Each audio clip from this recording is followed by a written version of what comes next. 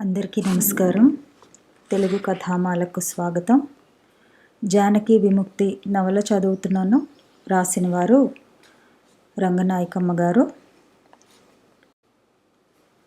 మిత్రవైఖరి దీనికి విరుద్ధంగా ఉంటుంది. భార్యాభర్తల మధ్య మిత్రత్వం అనేది ఇద్దరు సమాన స్థాయి వ్యక్తుల మధ్య మిత్రత్వం వంటిది కాకపోవచ్చు. అది కొన్ని సాంఘికమైన హద్దులకు లోబడి ఉండొచ్చు.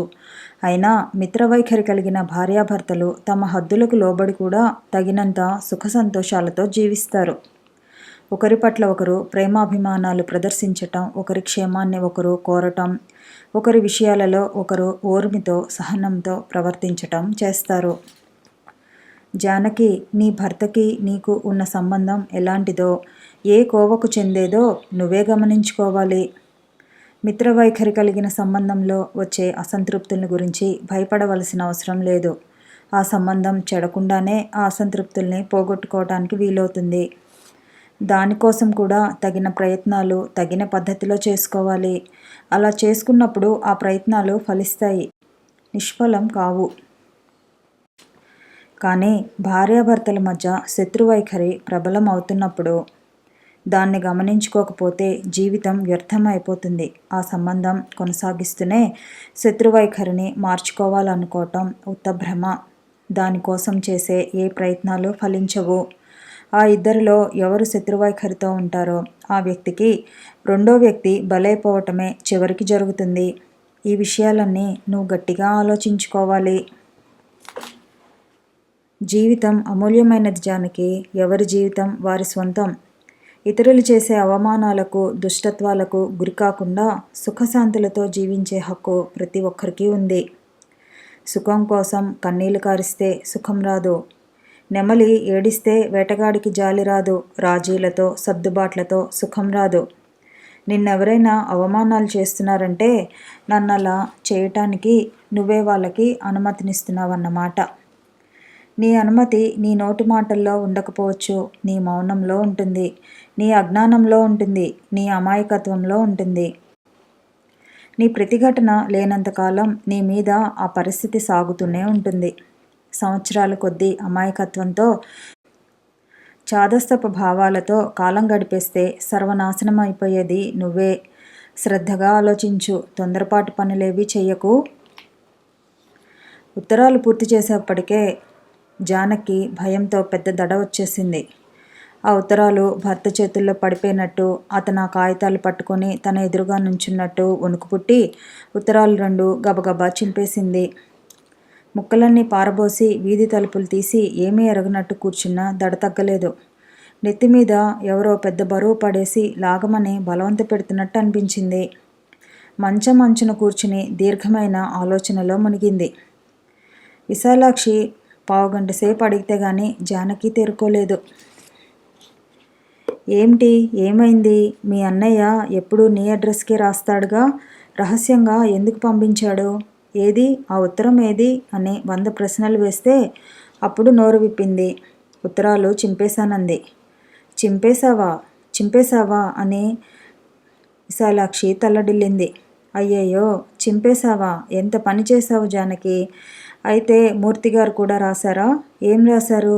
పోనీ ఆ మాటలన్నా చెప్పు. అసలు చదివావా, చదవకుండానే చింపేశావా అని తరచి అడిగింది విశాలాక్షి. చదివాను. మూర్తిగారు ఉత్తరం నాకు అర్థమే కాలేదు. భర్త శత్రువో స్నేహితుడో గ్రహించుకోవాలట. భర్త శత్రువు అవుతాడా ఎక్కడన్నా? విశాలాక్షికి అర్థం కాలేదు. ఇంకేం రాశారు? చెప్పు అని అడిగి కాసిని మాటలు లాగగలిగింది. జానకి తెలిసి తెలియకుండా చెప్పిన ఆ 4 మాటల్లోనే ఎంతో జ్ఞానం కనబడింది విశాలాక్షికి. అలా రాశారా? ఆ మాట రాశారా? చాలా మంచి మాట అది. భర్త శత్రువు అవుతాడా అంటావేమిటి? నెమ్మదిగా ఎంతమందిని చూపించమంటావు? అలాంటి వాళ్ళని ఎంతో దూరం పోవటం ఎందుకు? నా సంగతి, మా సుశీల సంగతి లేదు. మా మొగాళ్ళు శత్రువులు కాకపోతే స్నేహితులంటావా? ఇప్పుడు మా సుశీలని మా ఇంటికి రానివ్వడు తెలుసా? మా నాన్నకి జబ్బు చేసినప్పుడు దాన్ని పంపలేదుగా అతను. నాకు ఒళ్ళు మండి కోపంగా ఏదో అన్నాలే అతని మేనత్తతో.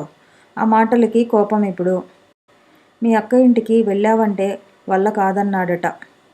నిన్న శేషు వెళ్తే చెప్పింది సుశీల. అతని దౌర్జన్యం చూడు. ఒక్క ఊళ్ళో ఉన్నాం అన్న మాటే గాని అది ఏ 6 నెలలకో గాని ఇక్కడికి రానే రాదుగా. ఇక అది కూడా పనికిరాదన్నమాట. పొగరుబోతు వెధవ. పెళ్ళామంటే ఆవో గేదో అనుకున్నాడు గావును. ఇష్టం వచ్చినట్టు కట్టిపడేయటానికి. ఇలాంటి మొగుళ్ళు శత్రువులు కాకపోతే ఏమవుతారంటావు? వీళ్ళు మారతారా? ఎప్పుడూ మారేది కాష్టంలో పెట్టినాడే మారేది. విశాలాక్షి అంత మాట అనేస్తే జానకి ఒళ్ళు జలదరించింది. మూర్తిగారన్న మాటల్లో ఎంత సబబుందనుకున్నావు? నాకు బాగా నచ్చాయి సుమా. పెళ్లి చేసుకుని కాపురాలు చేస్తున్నంత మాత్రాన ఒకళ్ళకొకళ్ళు ఆప్తులేనా ఏమిటి? ప్రమీల మొగుడమ్మ మనిషంటే ఎప్పుడన్నా ఒక మాట అనుకున్నా అతని బుద్ధి ఎవరికోగాని రాదు. ఎంత పొదుపో ఎంత జాగ్రత్తో. పెళ్ళాం జీతం తెస్తే మాత్రం తాగి తందనాలాడేసి అంతా దుంపనాశనం చేసేవాళ్ళు లేరు. ప్రమీల మొగుడి పొదుపు మీద జాగ్రత్త మీద జానకి మనసు లగ్నం కాలేదు. ఎప్పుడన్నా ఒక మాట అనుకున్నా అని విశాలాక్షి అనగానే జానకి మనస్సు చివుక్కుమంది. వాళ్ళు పోట్లాడుకుంటారా? అంది బెరుగ్గా. పోట్లాటలని కాదు. మనుషులన్న తర్వాత ఎప్పుడన్నా కోపం తాపం రావా? అక్క చెల్లెలకే వస్తుంది. తల్లి పిల్లలకే వస్తుంది. ఇక మొగుడు పిల్లలకి రాకుండా ఉంటుందా? డబ్బు దుబారా గిట్టదు ఆయనకి. మితిమీరి ఖర్చు చేయొద్దంటాడు. ఇద్దరం సంపాదించుకుంటున్నప్పుడు చేస్తే ఏమిటంటుంది ప్రమీల. అలాంటివేలే వాళ్ళ గొడవలు. ఒకసారి అనుకున్నా మళ్ళీ మర్చిపోతారు. మళ్ళీ ఆయనే బోలెడు వస్తువులు పళ్ళు ఫలాలు అన్నీ పట్టుకొస్తాడు పిల్లలకి. ఆ పూచి ఏమీ ఉండదు ప్రమీలకి. అలాంటి తండ్రిని భర్తని చూసుకుని పెళ్ళాం బిడ్డలెంత మమకారం పడ్డా అందం గాని. ఇద్దరూ ఆడపిల్లలేగా. మగపిల్లాడు కావాలని పట్టుబట్టాడట కొన్నాళ్ళు ఆయన. ప్రమీల ఒప్పుకోలేదు. మగపిల్లాడి కోసం ఆగితే మళ్ళీ ఆడపిల్ల పుడితే ఏం చేస్తాం? మగపిల్లాడి కోసం చూసి చూసి 9 మంది ఆడపిల్లల్ని కన్నవాళ్ళున్నారు అని ప్రమీల వాదించింది. ఆయనకి తెలుసుగాని మగపిల్లాన్ని పెంచాలని సరదా అట. కావాలంటే అనాథాశ్రమం నుంచి మనకు నచ్చిన పిల్లాన్ని తెచ్చి పెంచుకుందాం. పుట్టినప్పటి నుంచి పెంచుకుంటే మనకే ప్రేమ వస్తుంది అందట ప్రమీల. ఆయన ఒప్పుకున్నారా అని ఆతృతగా అడిగింది జానకి. అందుకే కదూ ఆయన సంగతి ఇంతసేపు చెప్తున్నాను. మగపిల్లాడు కావాలని తనకి ఉన్న పెళ్ళానికి పిల్లల్ని కనటం ఇష్టం లేదు కాబట్టి ఆపరేషన్ చేయించేసుకున్నాడు. గొప్ప కాదు. పోనీ ఆయన మాట ఈవిడే వినకూడదా? అంది జాలిపడుతూ. వింటుందనుకో. మగపిల్లాడు పుడతాడనే నమ్మకం ఏమిటి? కావాలంటే మగపిల్లాన్ని పెంచుకుందామందిగా. జానకి మాట్లాడలేదు. మీ చంటివాణ్ణి మాకిచ్చేయండి అంటూ ఉంటుంది ప్రమీల అస్తమానం. తీసేసుకోండి. మేము వాడికి తిండి పెట్టగలమా చదువు చెప్పించగలమా అంటాను నేను. ఇచ్చేస్తారా? అంది జానకి భయంగా. ఏం ఇచ్చేస్తే? అని విచారంగా నవ్వింది విశాలాక్షి. మొన్న 10 రోజుల కిందట అనుకుంటాను ప్రమీల వాళ్ళన్నయ్య ఒక 1000 రూపాయలు సర్దుబాటు చేయమని ఉత్తరం రాశాడట. అప్పుడు చంద్రంగారు ఊళ్ళో లేరు. ప్రమీల వెంటనే బ్యాంకుకు వెళ్ళి డబ్బు తీసుకుని పంపించేసింది. ఆయన్ని అడగకుండానే. జానకి ఆశ్చర్యంతో ఇంతింత కళ్ళు చేసింది. నీలాగే నేను ఆశ్చర్యపడి అడిగాను. ఆయన్ని ఒక్క మాట అడిగాకే పంపకపోయావా అన్నాను. ఆయన వద్దన్నరు, పంపమంటారు అంది. ఆ మాటే ఆయన నోట్లోంచి వచ్చాక పంపితే మర్యాదగా ఉంటుందిగా అన్నాను. ప్రమీల నవ్వింది. కోపం కూడా వచ్చింది నా మీద.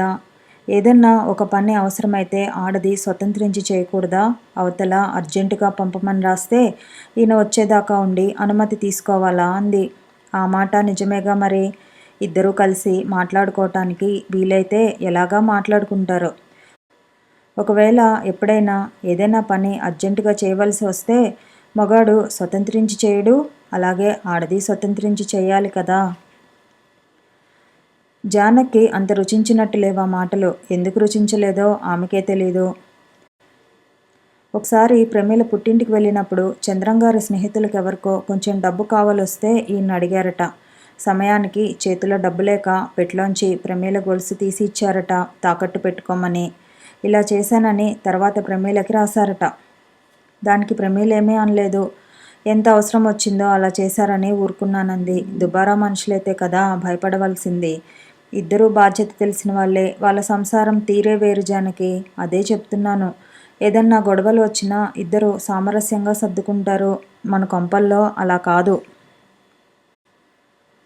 ఎంతసేపు ఆడదే అణిగిమణిగి పడి ఉండాలి. ఆడదానికి ఎంత మంచితనం ఉంటే ఏం లాభం? మా మేనత్త అంటుంటుందిలే, వీడు మొగుడా యముడా అనేదట వెనకడికి ఒక ఆవిడ. అలాగా కొందరు మొగుళ్ళు యముళ్ళేనమ్మా. జానకి ఏదో అడగబోయినట్టుగా విశాలాక్షి మొహం ఎగాదిగా చూసింది కాసేపు. ఏమిటని విశాలాక్షి 4 సార్లు అడిగితే కొంచెం నవ్వుమొహంతో అంది. అది కాదు, ఊరికే అడుగుతున్నాను. ప్రమీల గారికి మీ ఆయన లాంటి మనిషితో పెళ్ళవుతుందనుకోండి.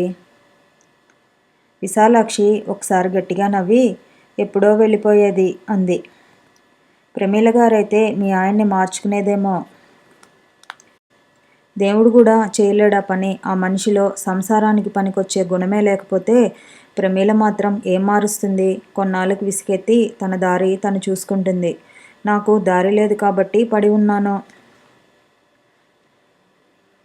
జానకి మూర్తి ఉత్తరంలో మాటలు గుర్తొచ్చాయి. ఆ ఉత్తరం మీరు చదివితే బాగుండేది అంది అప్పుడు. ఏది చూడనిచ్చావా? అంతా భయమే నీకు. ఏ పరుపు కిందో పడేస్తే కాదు, చూస్తే మాత్రం ఏం చేస్తాడేమిటి? తల తీసి మొలేస్తాడా? అసలు సంగతి మరిచిపోయాను. మీ అన్నయ్య ఏం రాశాడు? జానకి అంతా చెప్పుకొచ్చింది. అన్నయ్య తనని బాగా తిట్టాడని. అంత పని చేద్దామనుకున్నావా అని విశాలాక్షి నిర్ఘాంతపోయింది. ఎన్ని అన్నా జానకి కిక్కురుమనలేదు. కథ కొనసాగుతుంది. మళ్ళీ కలుసుకుందాము. ఈ వీడియో నచ్చితే లైక్ చేయండి, షేర్ చేయండి, కామెంట్ చేయండి, ఛానల్ని సబ్స్క్రైబ్ చేయండి.